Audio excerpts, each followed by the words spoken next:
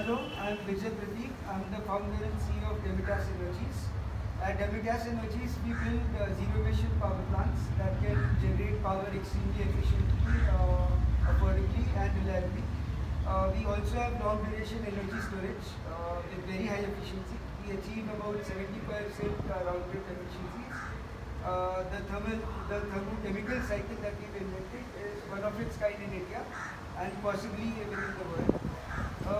This cycle can be used to generate power and store energy for a variety of applications like thermal energy storage in high altitude regions for the army, for HEIV propulsion, for AIP in submarines, for waste heat recovery in industrial units, including low-grade heat energy, for solar thermal, for refrigeration, and a variety of other applications. To prove the sciences involved in the thermochemical cycle that we've invented, we've built our prototype demonstrator, which demonstrates and proves the sciences involved in the operation and working of our cycle. This cycle has been run for 2 days, and currently you can see it in a dismantled state, wherein we are examining the internal components for any fatigue, wear and tear, or any design flaws that may have been incurred during the run. We intend to demonstrate this prototype in Delhi at a convenient time to potential investors, to partners, to strategic partners, to a variety of government officials, or whoever might be interested in helping us take this technology further into commercialization. To explain the technology that we've got here, we start with the accumulator, which consists of liquid working fluid under pressure at room temperature. This proprietary working fluid is then pumped to the heat exchanger here. In this heat exchanger, the working fluid is heated. Upon gaining thermal energy, the working fluid changes phase and becomes pressurized warm gas at high velocity. From the exchanger, the heat exchanger, the high pressure, high velocity gas enters the turbine here, which drives the coupled compressor, the 75 kilowatt compressor, which pressurizes air to about 6 bar pressure at high volumes. The spent working fluid thereafter enters the absorption reactor. This absorption reactor consists of catalyst 1 in the liquid state. As the working fluid exhausts into the catalyst from the bottom, it reacts extremely vigorously and exothermically with the catalyst 1 here, evolving a lot of thermal energy, wherein the temperature can go as high as 200 to 250 degrees Celsius. Once it has reacted, the mixture of catalyst 1 and working fluid then enters HPSA reactor. HPSA reactor consists of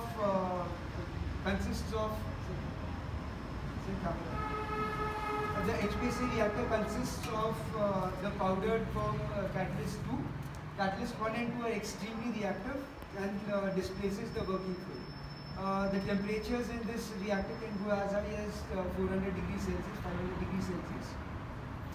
The displaced working fluid in gaseous form is extremely warm and pressurized, and it enters the second HPSA reactor, wherein it loses its thermal energy and condenses. The condensed working fluid thereafter is sent back to the accumulator here. Once all the working fluid has been extracted from this reactor, it is then heated so that catalyst 1 and 2 becomes mutually inert to each other, and catalyst 1 rises to the top as a gas and thereafter is pumped back to the absorption reactor to complete the cycle. Energy storage is demonstrated by HPSA reactor here and absorption reactor here, which generates a lot of heat, which can then be sent to the heat exchanger. All the systems here are controlled by the control panel provided right next to the absorption reactor. In the second cycle, working fluid for refrigeration, working fluid is sent to the expansion chamber, where it expands in a high-speed adiabatic process, therefore creating a lot of cooling. Intense icing can be witnessed on the surface of external surface of the expansion chamber. The cold saturated gaseous working fluid thereafter enters the absorption reactor here, reacts with catalyst 1, and as described earlier, is sent to HPSA reactor, where it is then again dissolved, sent to the second HPC reactor, and then sent back to the incubator. Thereafter, this is again repeated, and catalyst 1 is sent back to the absorption reactor. So this essentially proves the science behind the working of our engine. This science is under the hood of all our engines for all our applications. May it be AIP, propulsion of ships, energy storage for grid, waste heat recovery for industrial units, whatever it may be. And hereafter we intend to commercialize this technology, for which we would want to build more specific, more sophisticated prototypes with the help of strategic partners, with funds raised from investors, and possibly with collaboration with our potential customers.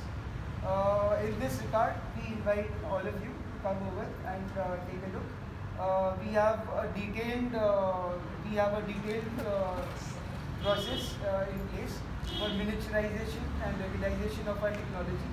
And the only thing stopping us from solving our generation's greatest challenge is funds and a strategic partner who could help us take the remaining way forward to TRL-10 and beyond. Thank you.